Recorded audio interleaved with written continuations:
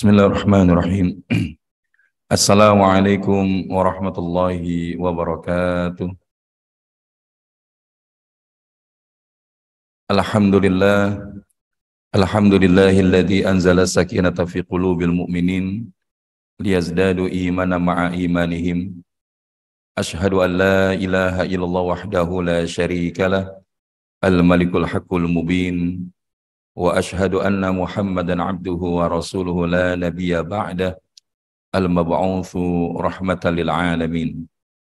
Allahumma salli wa sallim ala nabiyyina wa maulana Muhammad sallallahu alaihi wasallam wa ala alihi wa ashabihi wa man tabi'ahum bi ihsanin ila yaumiddin. Amma ba'd, subhanaka la ilma lana illa ma 'allamtana innaka antal alimul hakim, wala hawla wala quwata illa billahil aliyyil azim. Fadilatul Qaramun, Bapak Ibu jamaah salat subuh yang insyaallah diberkahi dan dirahmati Allah Subhanahu wa taala. Izin Al-Fakir bertanya kabar, bagaimana kabarnya Bapak Ibu semua pagi hari ini? Alhamdulillah. Semoga lafaz hamdalah yang sama-sama kita ucapkan menjadi peneguh kesyukuran kita kepada Allah Subhanahu wa taala. Karena sesungguhnya ketika kita berkaca kepada Al-Quran, maka ada beberapa surah di dalam Al-Quran yang itu diawali dengan lafaz hamdalah. Di antaranya adalah Quran surah Al-An'am, kemudian kita dapati juga dalam Quran surat Al-Kahfi, kemudian Quran surah Saba, dan juga Quran surah Fatir. Dan yang menarik, di dalam tafsir Al-Munir, Syekh Profesor Dr. Wahbah Az-Zuhaili rahimahullah kemudian menjabarkan bahwa ketika Allah Subhanahu wa taala memuji akan dirinya di dalam firman-firman-Nya, maka setidaknya ada 3 hal yang kemudian ini menjadi pembelajaran bagi kita sebagai hambanya. Yang pertama adalah ketika kita mendapati Allah mengawali dengan lafaz hamdalah, maka ini adalah sebagai peneguhan kedudukan seorang hamba di hadapan daripada Sang Pencipta. Sehingga kita akan menyadari bahwa kita ini diberi, dikasih, dan dikaruniakan. Karena tidak ada sesuatu yang kita dapatkan itu kecuali itu adalah merupakan pemberian, anugerah dari Allah Subhanahu wa taala. Maka yang kedua adalah pengakuan. Bukan hanya saja kita menyadari bahwa kita adalah hambanya, tapi juga kita mengakui bahwa tidak ada sekecil apapun nikmat kecuali itu datangnya dari Allah Subhanahu wa taala, maka dialah Allah Rabb yang Maha Kuasa atas segalanya. Dan yang ketiga adalah merupakan sebagai pengagungan kepada Allah Subhanahu wa taala dalam setiap keadaan. Karena ternyata orang-orang yang selalu bersyukur kepada Allah Subhanahu wa taala, bukan tidak mungkin hakikatnya dia sudah membawa surga sebelum surga itu sendiri Allah hadirkan di akhirat nanti. Maka di antara kesyukuran kita pada pagi hari ini, Allah hadirkan dalam lapis-lapis keberkahan. Keberkahan di waktu pagi sebagaimana yang Nabi SAW doakan. Allahumma barik li ummati fi bukuriha. Ya Allah, berkahilah umatku di waktu pagi harinya. Kemudian keberkahan yang kedua adalah tentunya di antara waktu selepas dari pelaksanaan ibadah salat subuh dan sampai dengan menjelang syuruknya matahari. Maka ini yang kalau kita gunakan di dalam rangka berzikir kepada Allah, maka kelak setelah itu kemudian kita mendirikan 2 rakaat salat sunnah, maka kita mendapatkan pahala sebagaimana pahala ibadah haji dan umroh, tamah. Lapis keberkahan yang berikutnya tentunya adalah majelis ilmu itu sendiri. Karena kita alhamdulillah, tadi kalau disebutkan surga sebelum surga, Ada satu hadis Nabi SAW yang menyebutkan, idza marartum biriyadil jannah farta'u. Jikalau kalian melihat taman surganya Allah di atas muka bumi, maka mampirlah. Maka pada saat itu para sahabat bertanya, ya Rasulullah, wa ma riyadil jannah? Apakah yang dimaksud dengan taman surganya Allah di atas muka bumi itu ya Rasulullah? Maka Rasulullah menjawab, qala hilakidz dzikr, yaitu halaqah dzikir, majelis ilmu. Dan lapis keberkahan berikutnya yang juga tidak kalah penting adalah ketika kita hari ini berada di penghujung bulan Dzulqa'dah, dan insya Allah nanti malam kita sudah masuk daripada awal bulan Dzulhijjah. Yang notabene adalah bulan Dzulhijjah ini merupakan di antara bulan yang memiliki banyak keutamaan. Salah satunya adalah 10 harinya, ada yang mengatakan 10 malamnya itu menjadi di antara malam-malam yang lebih utama dibandingkan malam-malam yang lain sepanjang tahun, kecuali daripada akhir 10 malam bulan suci Ramadan, karena di dalamnya terdapat malam Al-Qadar. Makanya ketika Allah Subhanahu wa taala berfirman walayalin ashar, maka para mufassir menafsirkan daripada malam yang 10 itu adalah malam akhir daripada bulan suci Ramadan. Namun hari-harinya tidak ada yang lebih utama, salah satunya di antara dari awal 10 hari bulan Dzulhijjah. Makanya di situ nanti kalau kita hari ini insya Allah disampaikan esok hari, maka dibolehkan kalau kita mau mengambil puasa sunnah dari tanggal 1 sampai dengan tanggal 9. Tapi kalaupun tidak bisa, ya tanggal 8 tarwiyah, kemudian dilanjutkan tanggal 9 puasa hari Arafah. Kalaupun tidak juga, maka paling tidak daripada puasa tanggal 9 Dzulhijjah atau yang kita kenal dengan puasa Arafah. Maka insya Allah ini akan menghapuskan daripada dosa-dosa kita 1 tahun sebelumnya dan 1 tahun yang akan datang. Maka ini adalah sebagian kecil saja di antara keutamaan daripada bulan Dzulhijjah. Karena tentunya di dalam bulan Dzulhijjah ini ada daripada pelaksanaan ibadah haji yang itu hanya diselenggarakan pada bulan Dzulhijjah dan tidak pada bulan yang lain. Begitupun juga ibadah kurban yang kita lakukan di tanggal 10 Dzulhijjah dan diberikan keleluasaan sampai dengan tanggal 13 Dzulhijjah. Maka ini adalah di antara amaliyah-amaliyah yang utama di dalam bulan Dzulhijjah. Namun mudah-mudahan pada pagi hari ini kita juga diberikan kemudahan bagi Allah, dari Allah Subhanahu wa taala bagi kita untuk kemudian bisa menikmati lapis-lapis keberkahan di dalam hidup kita, karena pada hakikatnya kita ingin menjadi orang-orang yang hidupnya mendapatkan ketenangan, kebahagiaan, ketentraman dari Allah Subhanahu wa taala. Karena bukan tidak mungkin hari ini banyak di sekeliling kita yang mengalami kegalauan-kegalauan level akut. Betul nggak Bapak Ibu? Seorang ibu nekat bunuh diri lantaran dikejar-kejar untuk bayar pinjaman online yang dia kemudian tidak bisa menyelesaikannya. 2 orang di satu daerah di Indonesia sepakat akhirnya gantung diri karena sekali lagi masalah pinjaman online yang kemudian tidak bisa terselesaikan. Maka kita berlindung kepada Allah Subhanahu wa taala, karena toxic of life ataupun toxic spirit in life ini setidaknya bermuara pada 2 hal. Jadi kalau kita lihat Nabi SAW pernah didatangi seorang sahabat yang dalam kehidupannya itu merasakan kesulitan-kesulitan. Dan di antara kesulitan yang terberatnya adalah ketika ya tadi memiliki hutang dan belum terselesaikan. Jadi memang hutang ini babnya kegelapan, betul nggak Bapak Ibu? Kalau kita gunakan tidak pada tempatnya. Karena kalau bicara hutang boleh atau tidak? Boleh, selama untuk apa? Kebutuhan. Masalahnya hari ini banyak orang berhutang, itu bukan karena kebutuhan, tapi karena keinginan. Dan yang namanya keinginan itu nggak akan pernah selesai sampai kapanpun. Tapi kalau bicara tentang kebutuhan, maka Allah pasti akan mencukupkan kebutuhan itu selama kita total bergantung kepadanya. Nah, maka oleh karena itu Nabi SAW mengajarkan kepada sahabat tadi untuk membacakan doa. Apa doanya? Insya Allah saya yakin dan percaya Bapak Ibu di sini sudah hafal semua doanya.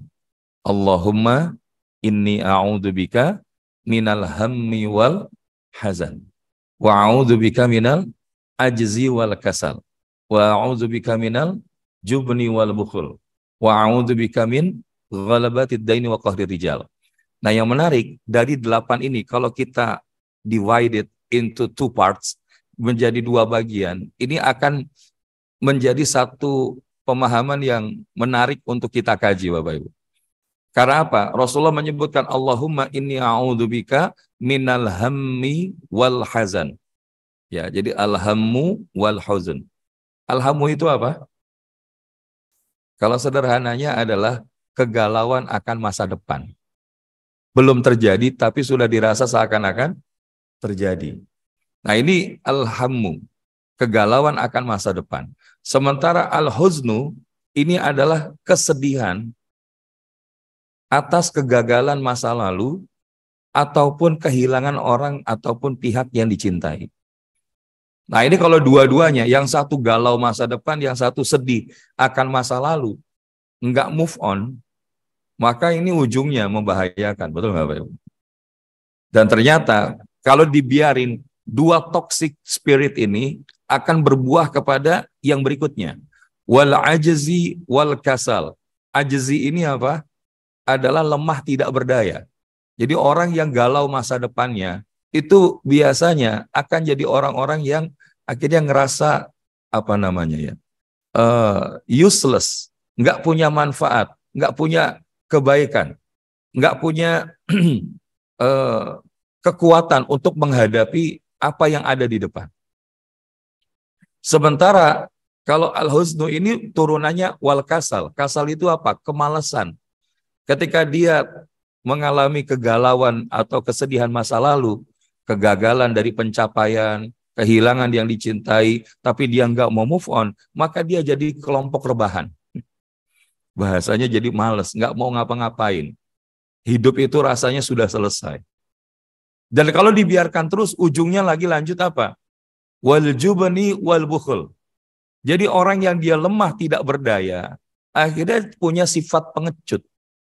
Al-jubn itu dia punya apa namanya ya, kepengecutan di dalam dirinya itu, sehingga dia nggak berani ngambil resiko di dalam hidup. Padahal hidup ini kan kita jalani, kita nggak bisa bilang 1 tambah 1 2. Karena semuanya ini by design oleh Allah SWT. Tugas kita menjalankan peran. Ya, jadi wal jubni wal bukhul. Nah, bukhul ini efek daripada malas. Orang kalau sudah malas, bakhil. Dia nggak sibuk mau mikirin yang macam-macam, yang lain-lain. Yang penting saya wis beres. Ya. Tapi padahal di dalam Islam itu kita diajarkan untuk menjadi orang-orang yang menjadi ahli manfaat.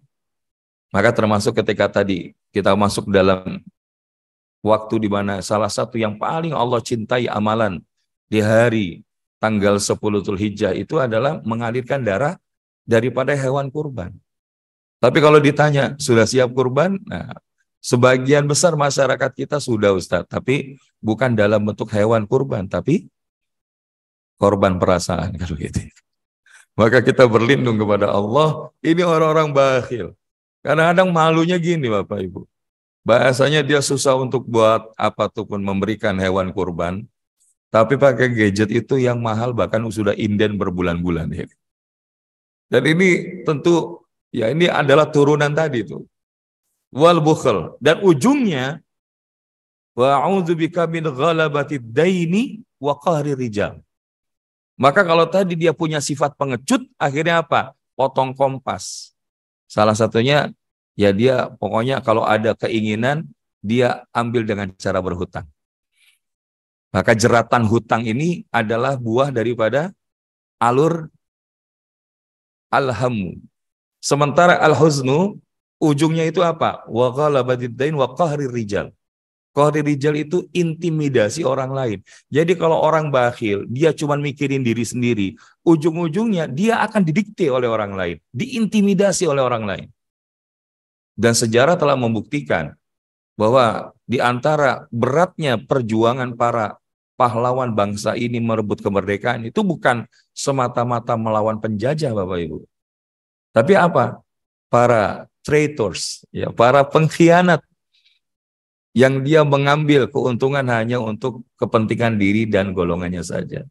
Sehingga akhirnya hancurlah daripada sebuah persatuan. Maka kita berlindung semoga negeri kita pun terhindarkan daripada buah dari alhamu wal huzn, jeratan hutang, intimidasi orang lain. Karena kemarin itu ada satu pandangan yang agak nyeleneh, yaitu kalau kita pernah lihat tayangan film kartun Bapak Ibu, apa istilahnya itu? Apa namanya ya? Simpsons Family. Ya.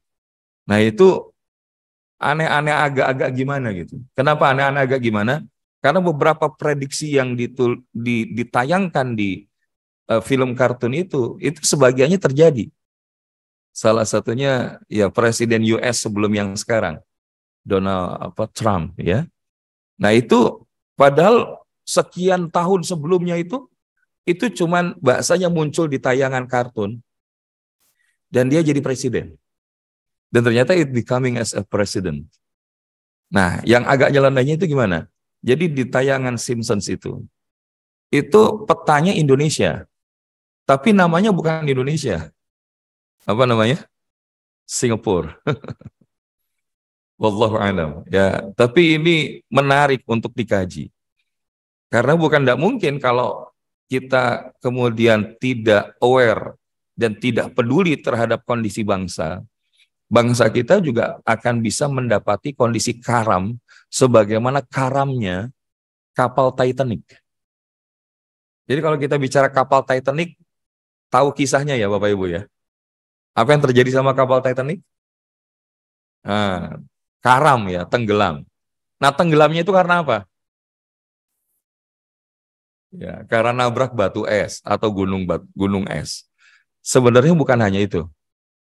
Dalam faktanya itu ternyata waktu pertama kali diluncurkan dan akan mulai berlayar kapal Titanic itu, sebetulnya sebelum proses kejadian memang dibangga-banggakan ini kapal paling mewah, anti tenggelam, di dalamnya terdapat segala fasilitas dengan kehebatan pada masanya saat itu.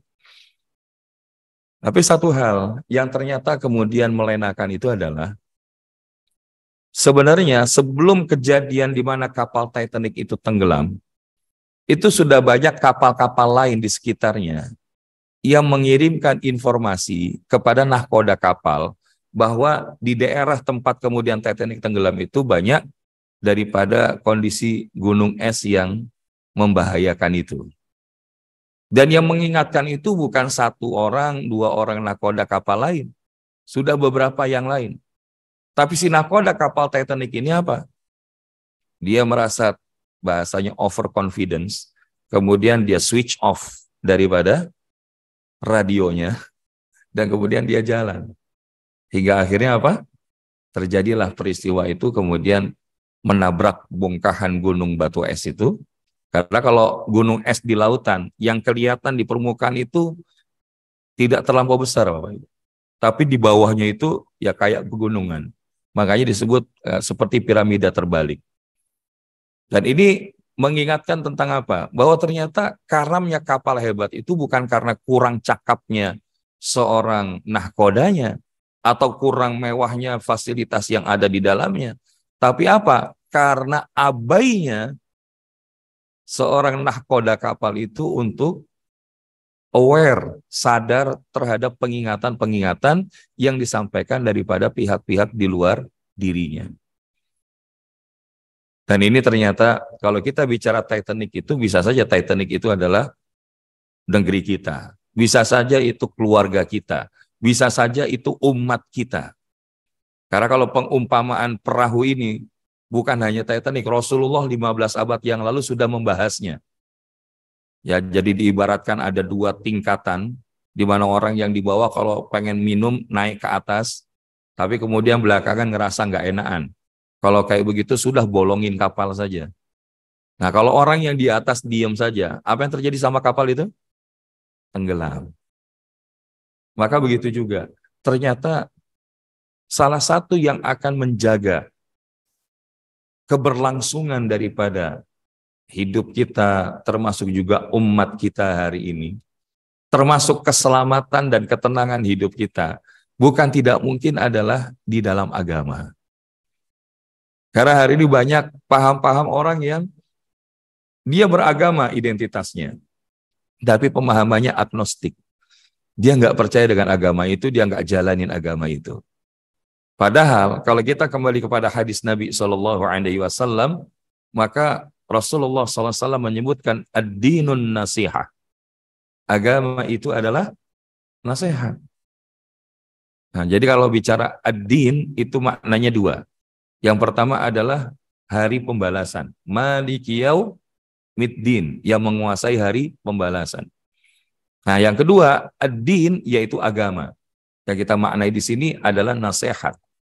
Nasihat untuk siapa kata para sahabat? Untuk Allah, untuk kitabnya, untuk Nabi dan Rasulnya, untuk pemimpin kaum muslimin, dan juga bagi kaum muslimin itu sendiri. Makanya kalau kita kembalikan, hidup ini akan selamat, hidup ini akan tentram, hidup ini akan tenang, kalau kita bisa menjadi orang yang bahasanya saling nasihat menasehati. Karena Allah sudah menstate semua manusia itu rugi. Innal insana lafi khusr. Tapi pengecualiannya adalah illal ladzina amanu wa amilus shalihat. Kecuali orang yang beriman dan beramal soleh. Ini kata Imam Syafi'i, solehnya baru pribadi. Dia beriman dan beramal soleh. Tapi kalau dia sudah tawasau bil haqqi wa tawasau bis sabr, saling menasehati di dalam kebenaran dan saling menasehati dalam kesabaran, di dalam ayat lain wa tawasau bil marhamah, dan saling menasehati dengan kasih sayang, maka ini yang disebut sebagai soleh secara sosial, soleh secara ijtimaiyah. Dan inilah yang akan menjaga kita dari kehancuran, kegalauan, ya, kemudian karamnya daripada umat ini. Maka termasuk jangan sampai diri kita jadi orang yang karam gitu, di tengah kondisi kehidupan hari ini. Sehingga bersyukurlah kita kalau alhamdulillah doyan hadir ke pengajian. Karena ketika kita datang ke majelis ilmu, maka kita akan dapati nasihat-nasihat yang mencerahkan, nasihat-nasihat yang menenangkan, nasihat-nasihat yang itu menguatkan. Karena berbanding terbalik kalau ada orang yang dinasehati, kemudian dia bilang gini, udah Ustadz jangan ngurusin saya, urus saja urusan Ustadz sendiri. Maka ini adalah di antara ungkapan yang paling dibenci oleh Allah Subhanahu wa taala. Nah, kalau kita hari ini alhamdulillah diizinkan oleh Allah untuk hadir kembali di majelis ilmu, maka mudah-mudahan dengan nasihat-nasihat yang ada, ini akan membawa hidup yang jauh lebih tenang, yang hidupnya jauh lebih damai, lebih menenteramkan. Pengen nggak hari ini hidup kita seperti itu, Bapak Ibu? Pengen nggak hidup kita tenang? Pengen nggak hidup kita tentram? Karena tenang, tentram, bahagia itu apa namanya? Pilihan atau paksaan. Karena setiap kita itu diberikan karunia untuk memilih, termasuk untuk memilih kehidupan yang penuh dengan ketenangan dan ketentraman. Dan insya Allah di kesempatan pagi hari ini kita akan sama-sama saling menguatkan, saling menasehati di dalam kebaikan, kebenaran, kesabaran, dan juga kasih sayang. Dan oleh karenanya, kita ingin memilih kehidupan yang tenang. A peaceful life wisdom. Dan ternyata kalau kita serap dari intisari Al-Quran, Al-Hadis, dan juga ungkapan para sahabat, para salafun as-salih, maka kita dapati sedikitnya ada 5 nasihat hidup yang insya Allah kalau ini kita jalankan menjadi hidup yang menenteramkan. Apa itu? Yang pertama adalah don't worry. Apa Bapak Ibu?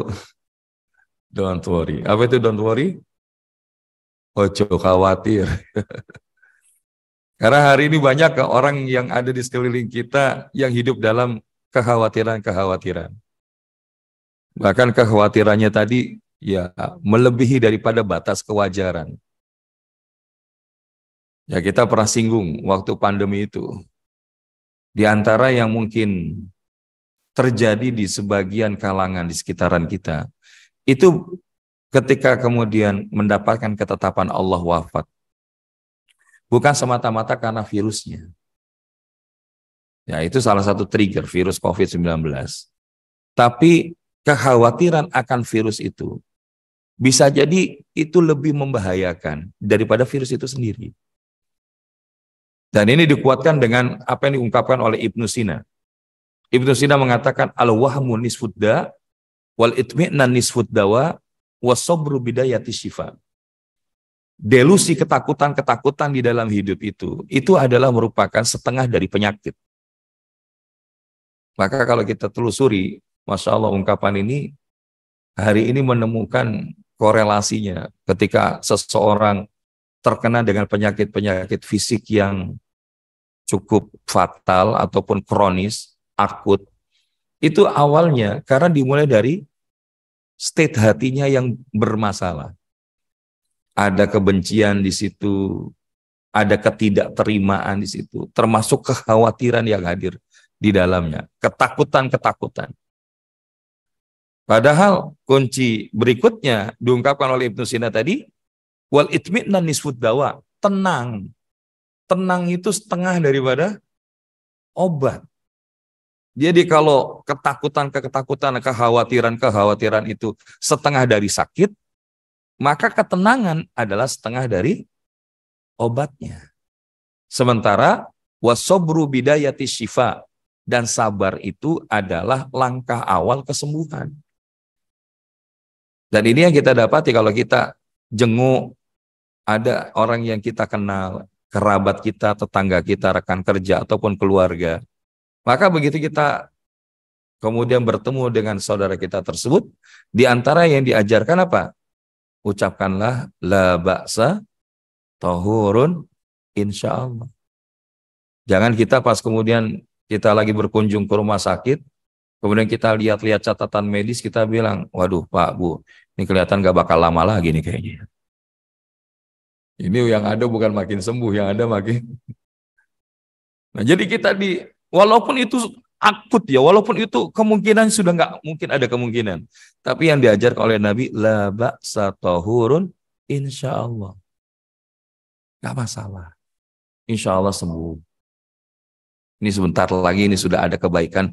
Insyaallah sehat sebentar lagi. Jadi itu memberikan apa? Ketenangan. Karena orang-orang yang pada saat diuji sakit yang kritis, itu tingkat kedekatan sama Allahnya lagi dekat banget apa jauh banget. Nah, jadi kalau sudah saat lagi dekat itu, kemudian masuk yang negatif, bahkan kemarin itu ada seorang datang, Ustadz, waktu itu ada seorang yang dia sakit, terus ketika di grup itu saya bilang, syafakillah ya Bu, semoga Allah berikan yang terbaik. Ternyata orang yang sakit itu komplain sama saya. Maksudnya kepada si yang penanya.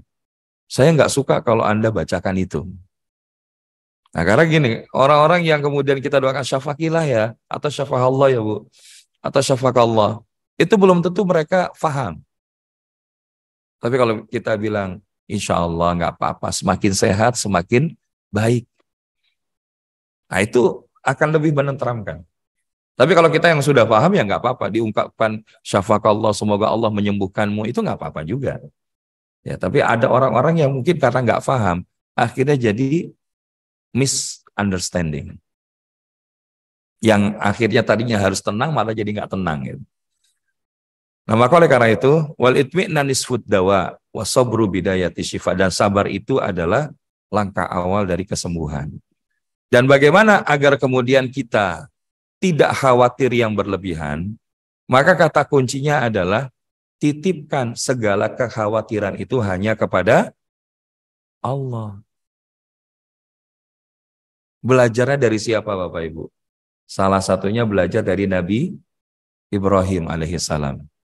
Nabi Ibrahim nih, ketika Allah perintahkan membawa Bunda Hajar bersama dengan Nabi Allah Ismail untuk hijrah dari Hebron di Palestina untuk menuju kota Mekah, dan kemudian ditinggalkan di kota Mekah, itu khawatir pada diri seorang Nabi Ibrahim ada atau tidak Bapak Ibu? Ada. Tapi kemudian beliau titipkan kepada Allah kekhawatiran itu dengan doa yang kita sebut dengan istilah doa nitip. Ini dalam Quran surah Ibrahim ayatnya, mudah-mudahan saya tidak keliru, 38. Karena Nabi Ibrahim nitip sama Allah. Apa nitipnya doa daripada Nabi Ibrahim alaihissalam? Bismillahirrahmanirrahim. Rabbana inni askantu min dzurriyyati biwadin ghairi dhi zar'in 'inda baitikal muharram. Ya Allah, saya tinggalkan, saya titipkan sebagian ahli keluarga saya di tanah padang pasir yang tandus, yang tidak ada tanam-tanaman di sana, bersebelahan dengan rumahmu yang suci, yaitu apa? Ka'bah. Kenapa? Karena pada zaman Nabi Nuh itu ada banjir bandang, Ka'bah nggak kelihatan di mana posisinya. Dan baru zaman Nabi Ibrahim, Allah menginformasikan dan bahkan mengarahkan Nabi Ibrahim membawa keluarganya ke sana. Karena nanti di dalam perjalanannya, Nabi Ismail ini tumbuh menjadi seorang pemuda, maka bersama ayahnya meninggikan fondasi Ka'bah. Yang akhirnya sampai kita hari ini kenal Ka'bah itu yang berada di kota Mekah Al-Mukarramah. Maka Bapak Ibu yang dirahmati Allah, setelah kemudian nitipin, baru kemudian Nabi Ibrahim minta 3 hal kepada Allah SWT. Apa itu? Rabbana liyuqimus shalah. Ya Allah, jadikanlah daripada generasi keturunanku nanti, yaitu mereka orang-orang yang mendirikan sholat. Pertanyaannya, dikabul gak sama Allah? Dikabul. Bahkan bukan hanya jadi ahli sholat, 19 nabi dan rasul itu adalah keturunan dari Nabi Ibrahim. Baik dari jalur Bunda Hajar maupun dari jalur Bunda Sarah. Yang kedua, faj'al af'idatan minan nasi tahwi ilaihim. Maka jadikan mereka ya Allah, generasi keluargaku itu menjadi teladan bagi generasi di belakang mereka. Dikabul gak sama Allah? Dikabul. Kita bicara Idul Adha, kemudian kurban, haji, umroh, bulan Dzulhijjah. Ini kalau bukan teladan dari keluarga Nabi Ibrahim, dari siapa lagi? Dan yang ketiga, warzuqhum minats tsamarati la'allahum yashkurun. Dan berikanlah rezeki ya Allah berupa buah-buahan agar mereka menjadi hamba-Mu yang bersyukur. Karena kalau kita lihat, Mekah itu lembah Bapak Ibu. Hanya dikelilingi oleh bukit-bukit dan pegunungan. Walaupun sekarang ya tadi Jabal Umar habis, Jabal Qubais habis. Dibuat jadi mall, dibuat jadi bangunan-bangunan. Dan hari ini Bapak Ibu, dengan izin Allah, kita lihat, termasuk jamaah haji ini, 3,5 juta bahkan lebih. Sampai ke sana itu, apa ada kekurangan buah-buahan Bapak Ibu? Kita mau di apartemen, mau di losmen, mau hotel bintang 3, 4, 5, itu buah-buahan berlimpah ruah. Maka kita mau cari ke minimarket aja, itu buah-buahan murah, nggak nyampe 10 real, itu udah kenyang kita makan. Dan ini kenapa? Karena diantaranya keberkahan doa nitip Nabi Ibrahim. Khawatir boleh, tapi jangan berlebihan. Karena ketika khawatir itu tumbuh, ketika khawatir itu muncul, maka jangan sandarkan kepada usaha kita semata-mata. Tapi kalau kita bahasanya gini, wah saya khawatir nanti anak saya nggak bisa makan di masa yang akan datang. Orang tua kerja mati-matian, kemudian punya aset dibagi-bagi. Setelah wafat, apakah anak-anak itu terjamin? Belum tentu Bapak Ibu. Makanya Syekh Ibnu Athaillah mengingatkan, tanda seseorang itu bergantung kepada amalnya adalah berkurang harapnya kepada Allah ketika hasil yang terjadi tidak sesuai dengan yang diharapkan. Ini kejadiannya banyak gak terjadi di sekeliling kita Bapak Ibu? Contoh sederhana gini, orang tua mengharapkan anaknya itu ketika dididik, dibesarkan, pengen jadi apa? Ya, kalau keumumannya anak yang soleh dan soleha, betul nggak? Tapi kalau ditelusuri lebih dalam lagi, bukan nggak mungkin kita besarin anak-anak itu dengan harapan agar anak-anak ngurusin kita pada saat kita usia lanjut. Dan ini pernah terjadi, ada seorang ibu waktu itu di kelas training, dia bilang, Ustadz, saya ini sedih, kecewa, marah. Kenapa, Bu? Ya karena anak saya alhamdulillah sudah menikah, Ustadz, dan bahkan sudah punya anak, tapi saya mau nengok cucu aja. Itu saya nggak dikasih, bahkan pintu rumahnya digembok, Ustadz. Nah, kenapa Ibu kok bisa sampai begitu? Ya, saya sudah berikan semuanya, Ustaz. Nah, waktu berikan semuanya itu, apa niat Ibu? Ya, niat saya kalau nanti saya seperti sekarang nih lanjut usia, ya ada anak-anak yang bisa ngurusin saya. Maka kalau itu yang Ibu bilang, itulah titik kelirunya saya. Karena kita besarin anak itu bukan untuk melayani kita pada saat usia lanjut, Bapak Ibu. Tapi kita besarkan anak kita itu adalah agar dia menyembah Allah Subhanahu wa taala. Beribadah kepada Allah Subhanahu wa taala. Karena kalau dia kenal Allah, beribadah kepada Allah, maka niscaya dia tidak akan mengabaikan orang tuanya. Tapi kalau dia niatnya cuman agar kemudian ngurusin saya waktu usia lanjut, nggak terjadi, kecewa. Karena apa? Menyandarkan harap kepada usaha yang dilakukan. Padahal kita dalam wilayah hasil menyandarkan harap akan hasil itu hanya kepada Allah. Dan coba lihat ketika nitipnya sama Allah, sebagaimana kisah Nabi Ibrahim tadi, keberkahan-keberkahan akan Allah hadirkan. Jadi kalau kita hari ini punya anak, lagi mondok atau cucu, titip sama Allah. Kalau pasangan kita tugas dinas keluar kota, titip, minta dijagain sama Allah. Kita mau punya hajat, ketemu dengan calon supplier, atau kita mau meeting, kita mau presentasi produk, titip sama Allah. Jadi bahasanya kalau kita nggak bisa bahasa Arab, ya doa nitipnya gini, ya Allah, hamba titipkan anak hamba, atau pasangan hamba, atau hajat hamba, hanya kepadamu ya Allah. Jadi kalau kita bahasanya nitip sama Allah, Allah adalah wallahu khairan hafizah. Dan Allah itu adalah sebaik-baik penjaga. Tapi kalau kita nitip sama manusia, itu sangat mungkin. Ya bisa jadi kita makin kecewa. Nah jadi yang pertama apa? Don't worry. Jadi hidup ini akan menjadi lebih tenang, tentram. Saat apa? Ketika muncul kekhawatiran-kekhawatiran, serahkan kekhawatiran itu, titipkan kekhawatiran itu hanya kepada Allah. Yang kedua, Bapak Ibu, adalah don't hate. Apa? Jangan membenci. Ya, kenapa?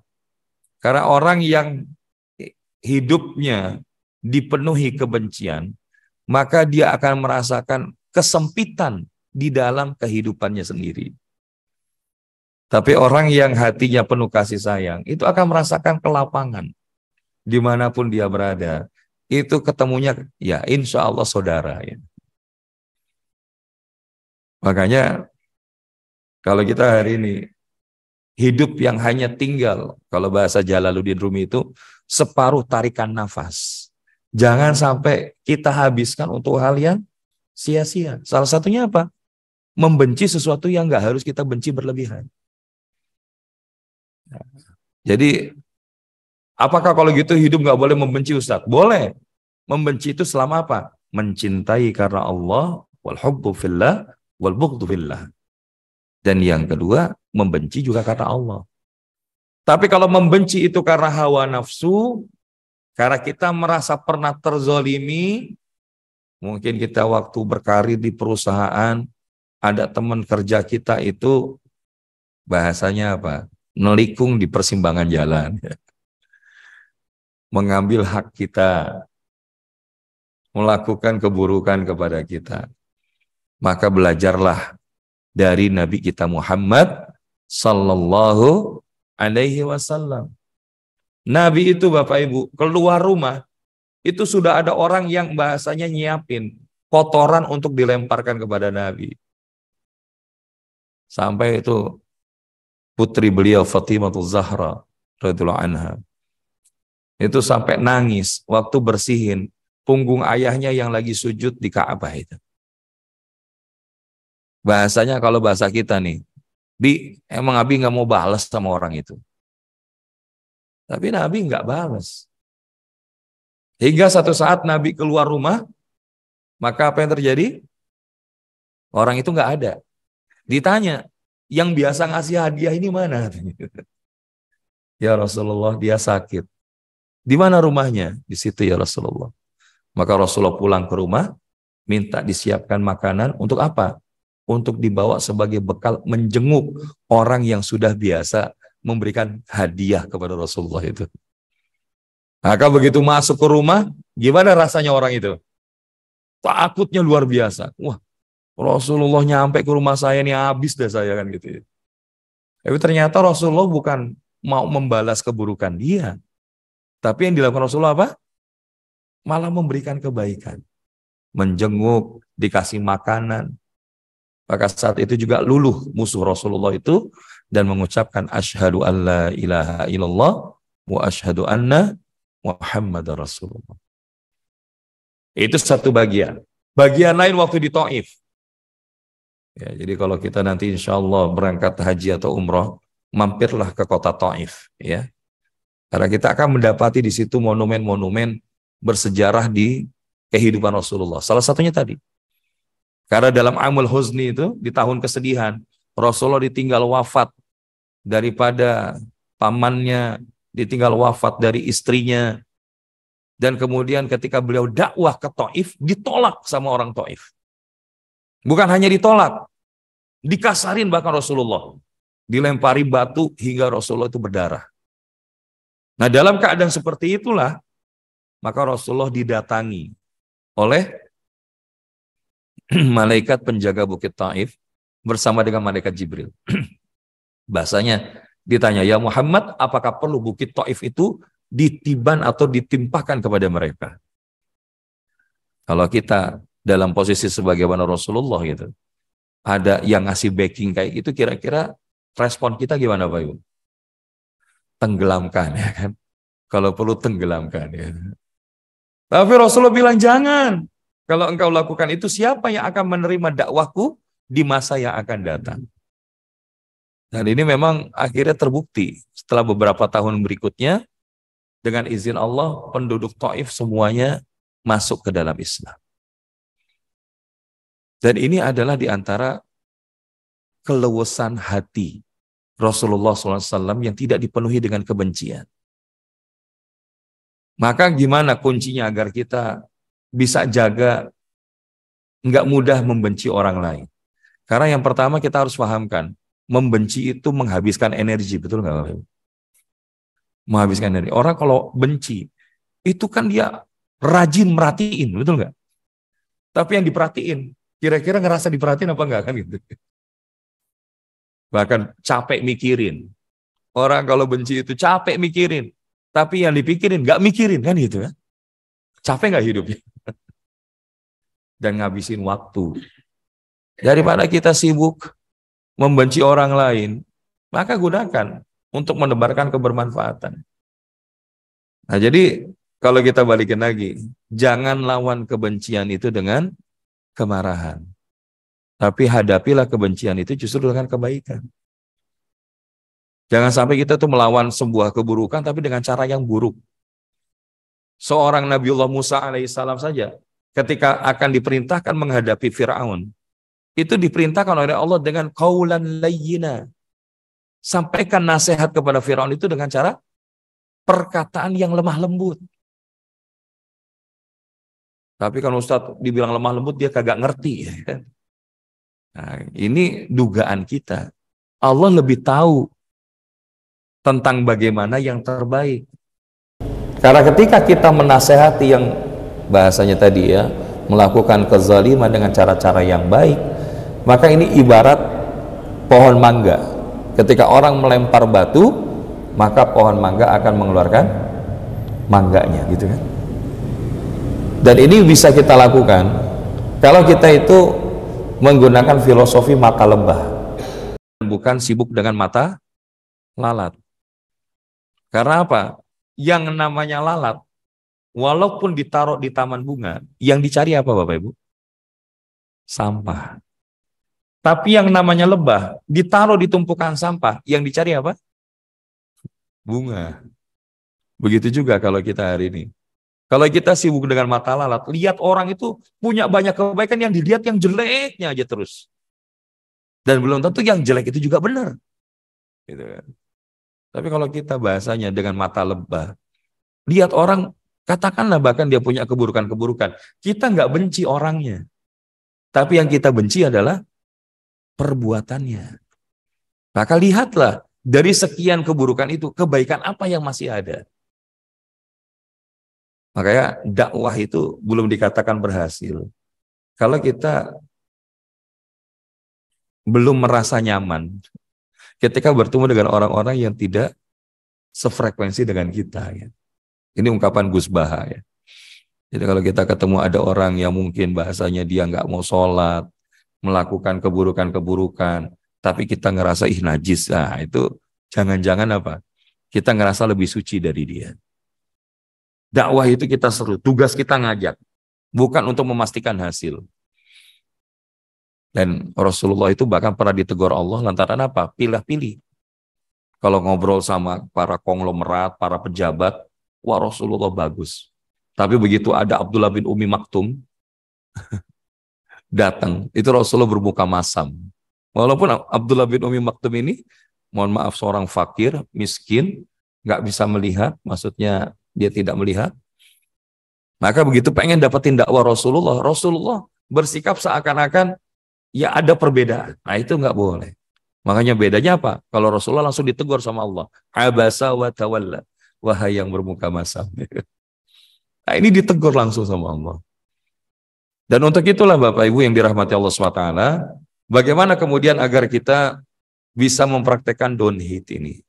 Baik, satu slide lagi. Insya Allah ini kuncinya dari Sayyidina Ali bin Abi Thalib. Bahwa Sayyidina Ali menyebutkan, jangan membenci siapapun, tak peduli seberapa banyak kesalahan yang mereka lakukan terhadapmu.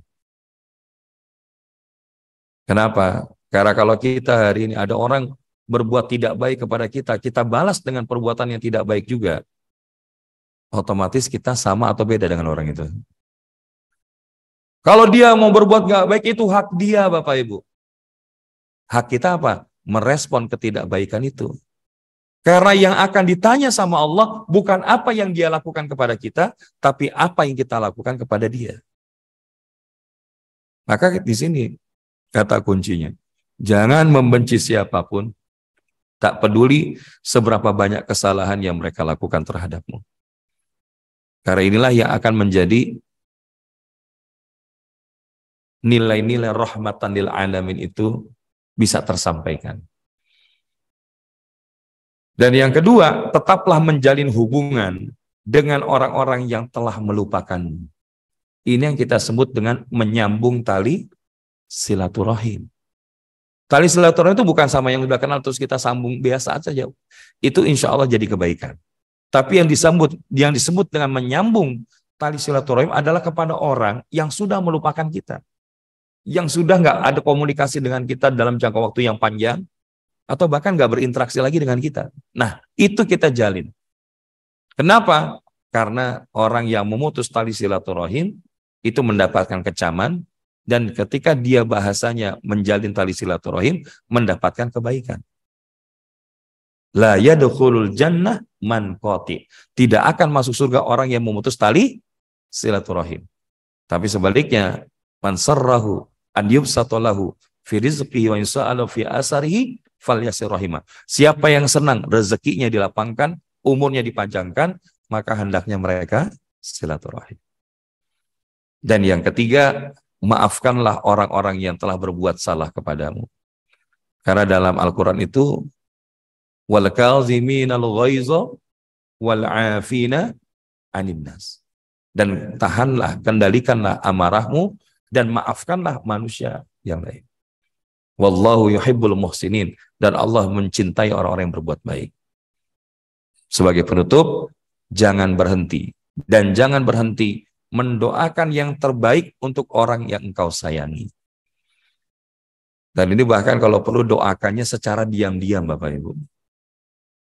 Karena ketika kita mendoakan saudara kita secara diam-diam, Allah hadirkan malaikat untuk mengaminkan doa kita dan bahkan mendoakan doa yang sama sebagaimana kita doakan untuk saudara-saudara kita. Tapi jangan kemudian bahasa kita udah doain diam-diam, begitu kita ketemu, Mas, Mbak, saya sudah doain tadi malam ya. Mudah-mudahan nanti diterima sama Allah ya. Itu namanya transaksional ya. Apalagi sambil bilang, ini nomor rekening kalau misalkan mau meluaskan ya. Baik Bapak Ibu, kita bawa 2 ini dulu. Insya Allah 3 yang lain kita akan bahas di pertemuan bulan yang akan datang. Jadi yang pertama apa? Don't worry. Karena titipkan segala kekhawatiran itu hanya kepada Allah. Dan yang kedua apa? Don't hate. Jangan membenci. Karena hati yang membenci akan membuat dimanapun dia berada akan selalu merasakan kesempitan. Sebaliknya hati yang lapang inilah yang akan membawa dia kepada kedamaian dan ketenangan. Wal muwaffiqil aqwamit thoriq. Jikalau ada yang ingin menambahkan atau yang bertanya, kita punya waktu beberapa menit ke depan dan saya cukupkan untuk 2 nasihat ini dulu. Sementara insya Allah 3 yang lain kita lanjutkan di pertemuan berikutnya. Bismillahirrahmanirrahim. Beban hidup ini adalah merupakan keniscayaan di dalam hidup itu sendiri. Kalau kita bahasanya nggak pengen punya beban, maka jangan hidup lagi kan gitu. Karena orang yang hidup itu disebut sebagai taklif yang mendapatkan beban. Ya. Dan yang menarik, kalau bicara beban, itu nggak mungkin Allah ngasih beban itu di luar kemampuan kita. Karena ayatnya jelas. La yukallifullahu nafsan illa wus'aha. Nah, jadi kalau kita lihat dalam konteks ayat ini Bapak Ibu yang dirahmati Allah, ini menariknya adalah kalau kita bahasanya pengen diberikan kemudahan beban oleh Allah Subhanahu wa taala, ya, di dalam ayat 286 ya. Maka kita akan lihat bahwa ada doa yang diajarkan di dalam ayat ini. Karena ketika la yukallifullahu nafsan illa wus'aha laha ma kasabat wa 'alaiha maktasabat. Nah, jadi ini kita lihatnya dari sini. Seseorang itu akan mendapatkan pahala kebaikan dari yang dikerjakannya dan dia akan mendapatkan siksa dari kejahatan yang diperbuatnya. Intinya apa? Allah nggak akan zalim. Kalau kemudian kita dikasih kesusahan, kemudian kita melakukan upaya di dalam rangka menjalani kesusahan itu dengan sebaik-baiknya, maka akan mendapatkan pahala yang besar. Karena pahala itu akan sebanding dengan tingkat kadar kesulitannya. Jadi kalau bahasanya kita dikasih beban, itu jangan ngeluh. Karena bisa jadi ini salah satu cara Allah ingin menghadirkan cintanya kepada kita. Man yuridillahu bihi khairan yusib minhu dalam satu hadis Nabi yang lain. Barang siapa yang dikehendaki Allah kebaikan, maka Allah akan memberikan musibah. Allah memberikan ujian kepada dia. Nah, jadi yang harus kita lihat justru jangan melihat beban itu sebagaimana beban. Tapi ini adalah sebuah pesan cinta yang sedang Allah hadirkan dalam hidup kita. Dan yang kedua, tentu kita melihat kalau bagaimana agar kita diberikan kekuatan untuk menjalankan amanah dari beban yang Allah hadirkan itu dalam hidup kita. Maka dalam doa di dalam akhir surah Al-Baqarah itu ada 3 kan? Rabbana la tu'akhizna in nasina aw akhtana. Ya Rabb kami, janganlah engkau hukum kami jikalau kami lupa atau kami melakukan kesalahan. Jadi bahasanya kita minta privilege sama Allah. Ya Allah, saya melakukan sekemampuan yang saya bisa berikan. Maka jangan hukumi saya terhadap hal-hal yang kami lupa ataupun kami melakukan kesalahan. Ini kan bahasanya kita butuh sama Allah. Yang kedua apa? Rabbana wala tahmil alaina isran kama hamaltahu 'alal ladzina min qablina. Ya Rabb, janganlah engkau bebani kami dengan beban yang berat sebagaimana engkau bebankan kepada orang-orang sebelum kami. Nah, ini jadi bicara beban ya. Kita minta yang bisa meringankan beban itu bukan kita Bapak Ibu, tapi dari Allah itu sendiri. Dan baru yang terakhir, Rabbana la tu'akhidna in nasina wa tahmilna Rabbana wa la tuhammilna ma la taqata lana bih. Ya Allah, ya Rabb kami, janganlah engkau pikulkan wala tuhammilna ma la taqata lana bih, kepada kami apa yang tidak kami sanggup untuk memikulnya. Nah, at the end, wa'fu anna waghfir lana warhamna anta maulana fansurna 'alal qaumil kafirin. Maafkanlah kami ya Allah, ampunilah kami, rahmatilah kami, engkaulah pelindung kami, maka tolonglah kami menghadapi orang-orang kafir. Nah, jadi intinya bagaimana agar kita bisa kuat di dalam menjalankan amanah atau beban yang Allah hadirkan, maka kembalikan lagi ke Allah. Kalau bahasa lainnya, do the best and let the rest to Allah Subhanahu wa ta'ala. Lakukan yang terbaik sekemampuan kita, kemudian serahkan hasil sepenuhnya itu hanya kepada Allah. Kalau dalam bahasa lainnya, bersailah maka Zamzam. Tugas kita itu bersai saja. Sebagaimana Bunda Hajar, sa'inya Bukit Sofa Marwah, tapi Zamzamnya malah di dekat kaki Nabi Ismail. Tugas kita melakukan saja. Kalau kita pikirin, wah akhirnya bakal ketemu di Sofa atau Marwah, terus nggak ketemu, kecewa kan? Tapi Bunda Hajar nggak begitu. Tetap dia lakukan sekemampuannya. Lakukan yang terbaik, kemudian apa? Serahkan hasilnya kepada Allah. Dan salah satunya adalah ketika kita bergantung kepada Allah, mendawamkan doa ini. Ya, doa di akhir surah Al-Baqarah, yaitu di ayat 286. Wallahu a'lam.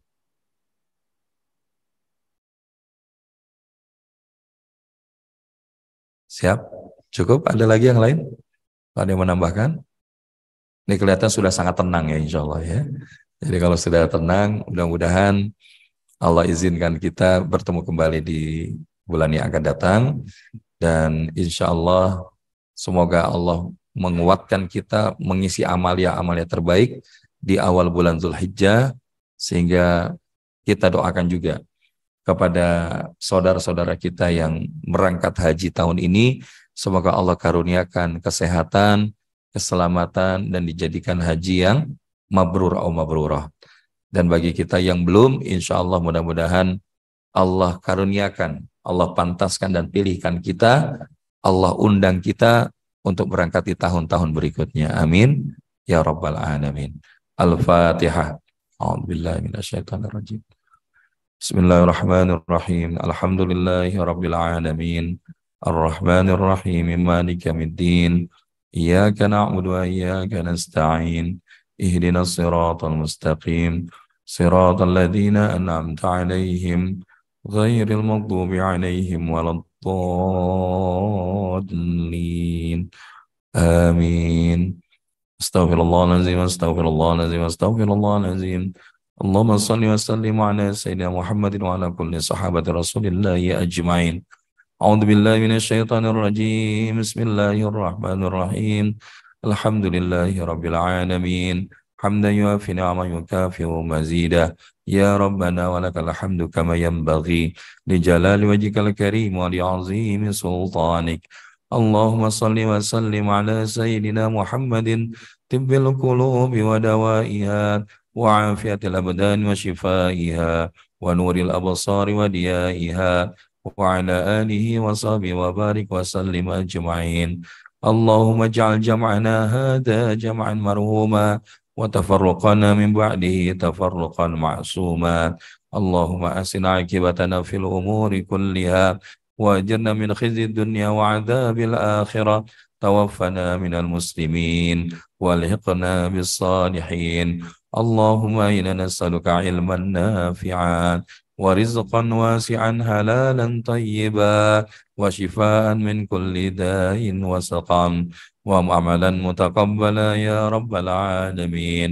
اللهم اغفر لنا ذنوبنا ولوالدينا وارحمهما كما ربيانا صغارا ولجميع المؤمنين والمؤمنات والمسلمين والمسلمات الأحياء منهم والأموات إنك سميع قريب مجيب دعوات. اللهم ربنا هب لنا من أزواجنا وذرياتنا قرة عين واجعلنا للمتقين إماما. اللهم بارك لنا في أزواجنا، اللهم بارك لنا في أولادنا، اللهم بارك لنا في آبائنا، اللهم بارك لنا في أمهاتنا، اللهم بارك لنا في عمرنا، اللهم بارك لنا في أموالنا، اللهم بارك لنا في كل حال برحمتك يا أرحم الراحمين. اللهم اجعل حجنا حجا مبرورا وسعينا سعيا مشكورا وذنبنا ذنبا مغفورا وتجارتنا تجارة لن تبور. يا عالم ما في الصدور أخرجنا من الظلمات إلى النور. ربنا تقبل منا إنك أنت السميع العليم وتب علينا يا مولانا إنك أنت التواب الرحيم. ربنا آتنا من لدنك رحمة وهيئ لنا من أمرنا رشدا. ربنا آتنا في الدنيا حسنة وفي الآخرة حسنة وقنا عذاب النار. وصلى الله على سيدنا محمد النبي الأمي وعلى آله وصحبه وبارك وسلم.